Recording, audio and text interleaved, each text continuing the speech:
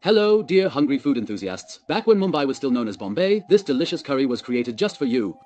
Originally prepared with yogurt, here it has been substituted with coconut milk. This makes it suitable even for those with lactose intolerance. It's incredibly delicious, and for this recipe, we need beef. You can either use a whole piece and cut it yourself, or as I did, use chunks of beef. We'll need chopped tomatoes, the aforementioned coconut milk, 1 or 2 cloves of garlic, an onion, a green chili, or a pepper. A piece of fresh ginger and a few sprigs of fresh coriander, alternatively flat leaf parsley.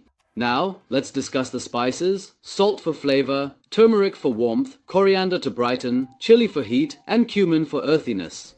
Furthermore, for frying, I recommend clarified butter. Let's kick off our simple preparation. Start by cutting the chili or pepper into tiny bite-sized pieces for a perfect balance. For the best flavor, we want to grate the ginger finely and dice the onion.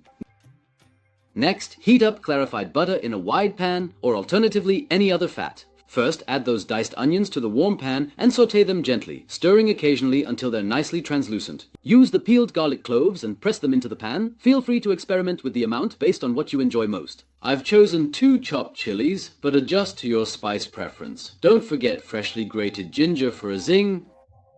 Briefly saute everything together, stirring as you go, and now add in the ingredients. The spices: 1½ teaspoons of turmeric, a teaspoon of cumin, a tablespoon of coriander, and chili powder to taste. Saute everything while stirring and be careful not to let the spices burn. Reduce the heat if necessary.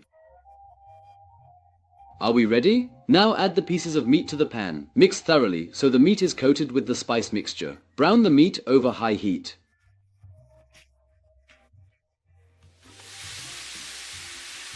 Are we ready? Now gently pour in half of that creamy coconut milk, then add the vibrant chopped tomatoes. Make sure to season with a pinch of salt and thoroughly stir everything together so that all the flavors can mingle beautifully. Let the mixture reach a nice simmer, then cover it up and let it stew for about an hour for the flavors to truly enhance. Cook until the meat is tender. Adjust cooking time to your preference, more or less as desired. Okay, gently remove the lid. Stir everything together again, then add the rest of our delicious coconut milk to enhance the taste. Let this vibrant mixture simmer away uncovered for just 5 more minutes, and after that, we'll be ready to enjoy our dish. Remove this delicious curry from the stove. Quickly pick off the leaves from the coriander sprigs.